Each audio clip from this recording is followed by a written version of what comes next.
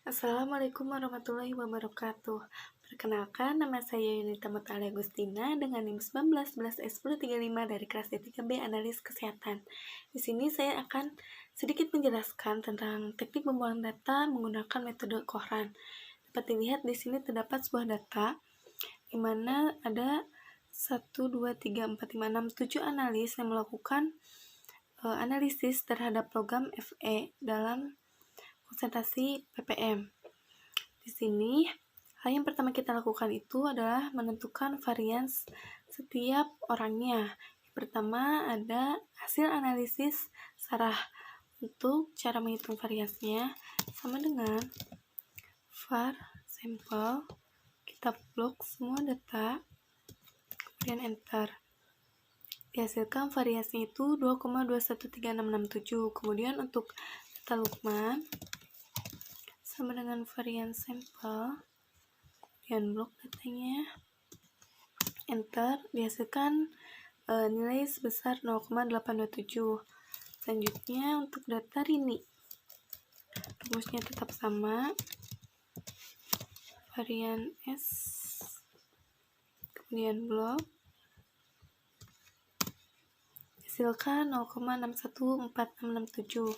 Selanjutnya untuk data Lala, kemudian blok seluruh data, enter, dihasilkan varian sebesar 0,50967. Lalu ada data Ali atau hasil analisis Ali, dihasilkan 0,198667. Lalu ada data Abdul, caranya tetap sama, hasilnya 0,14. Dan untuk data Dewi atau hasil analisis Dewi, dihasilkan variasinya itu sebesar 0,093667. Kemudian di sini ada jumlah varians di mana dijumlahkan seluruh hasil varians dari setiap analis. Caranya sama dengan zoom, lalu blok datanya, dan enter, dihasilkan jumlah variansi itu 4,597333. Kemudian bagaimana cara menghitung Kohran hitung? Cara menghitung Kohran hitung itu sebelumnya kita lihat dulu mana sih data tertinggi dari hasil analisis logam ini. Dapat dilihat bahwa data tertingginya itu data milik sarah. Kita beri tanda terlebih dahulu. Nah, sarah ini memiliki data 2,213667, di mana data ini merupakan data yang paling tertinggi di antara analis yang lainnya. Nah, untuk cara menghitung Kohran hitung itu sama dengan nilai varians dibagi nilai jumlah variansnya, yaitu sebesar 0,481511. Maka dapat disimpulkan bahwa ketika hasil Kohran hitung sebesar 0,48, kita bulatkan saja, itu lebih besar daripada Kohran tabelnya, itu sebesar 0,3974, sehingga data sarah harus dibuang. Untuk nilai Kohran tabel ini dapat dilihat pada tabel Kohran di mana jumlah analisnya ada 7 atau jumlah datanya ada 7 dengan pengulangan sebanyak 6 kali.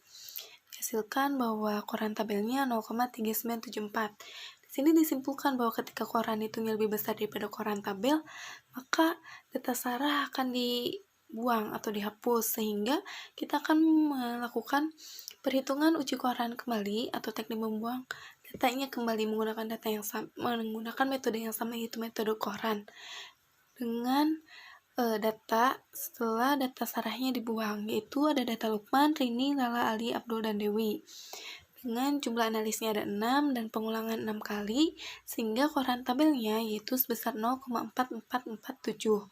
Caranya sama. Pertama kita harus menentukan varian Lukman terlebih dahulu. Sebetulnya mohon maaf, sebetulnya ini tinggal bisa mengcopy saja data yang sudah ada yang sebelumnya, karena